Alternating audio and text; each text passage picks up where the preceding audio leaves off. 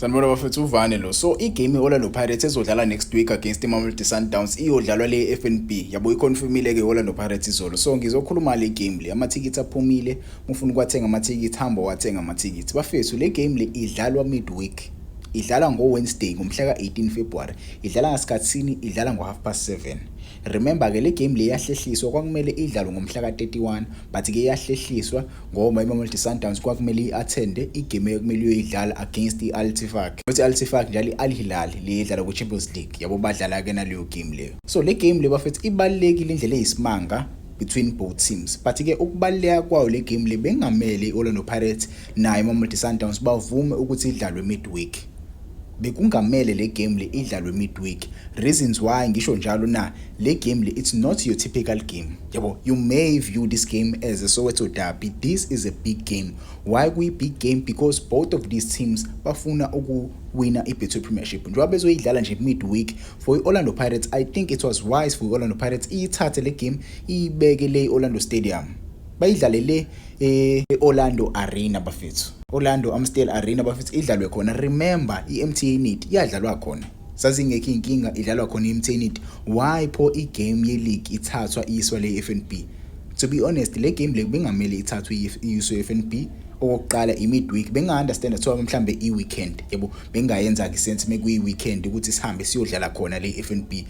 Ngagcwala yabo abantu abengibangagcwala mina ngikutshela nje iqiniso I don't think le match le izoba sold out. Le imatch le ekumele ibe sold out. Imatch le ekumele ibe sold out but ke ngezimo and the decision ethathwe ama PSL executives angazi ngaliphi but ke they decided to take the game to a FNB and they decided to make the game be a midweek game. Mina benginayo inkinga ukuthi ithathu igame yes iswe FNB anginayo inkinga ngalokho kodwa ke shintsha ke i-dates yenze kube i-weekend at least. Le game le bekumele ngabe mhlambe ke bathathe le Marumo Gallants bayidlalise midweek mase kuthathwa le Orlando Pirates idlalo kulo mgqibelo lo siyakubona. Lo mgqibelo lo siyakubona ngeValentine bekumele ngabe kudlala iOrlando Pirates nayo iMamelodi Sundowns. Mase kuthi ke le yeValentine idlala midweek bengayenza sense lokho noma ke igame ithathwe yiswe kephi iswe le Orlando Stadium ibizogcwala ngemidweek iOrlando Stadium kugcwala abantu abaningi babe baningi yabo. It doesn't really make any sense ukuthi why le game le idlaliswa midweek ngo7:30 nokwenza abantu abaningi basuke besemsebenzini bebuye emsebenzini bawosuka emsebenzini bayobuka igame edlala le FNB Stadium bawosuka emsebenzini abantu abaningi bayenze le nto ukuthi babuye emsebenzini bayobukela igame. Lento le izodala ukuthi iOrlando Pirates ingayitholi leyo upper hand leyo. I remember when we played against iPyramids FC sadlala le FNB kwaku empty. Yabo kwangagcwele ngaleyo ndlela kwaku empty.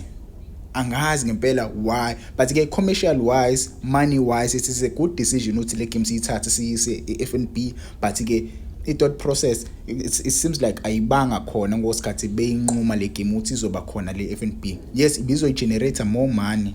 Izo generate more money uthi iswe khona kodwa bizo generate more if they took the game to i-weekend. Ibizo yenza sense kuba le game idlalwe nge-weekend but ke it seems like ama executives ubona nje kwi-decisions i-decision right ukuthi le game le bayidlale nini nge-Wednesday but ke wona ngangitshela ngokwakho are you happy with the game ukuthi idlalwe nini ngoWednesday instead of idlalwe nge-weekend but ke ngokwami akusiyona decision right le bafethu but ke let's hope the best team wins against Orlando Pirates and the Mamelodi Sundowns next week. Ungakhohlwa bafethu set your alarm.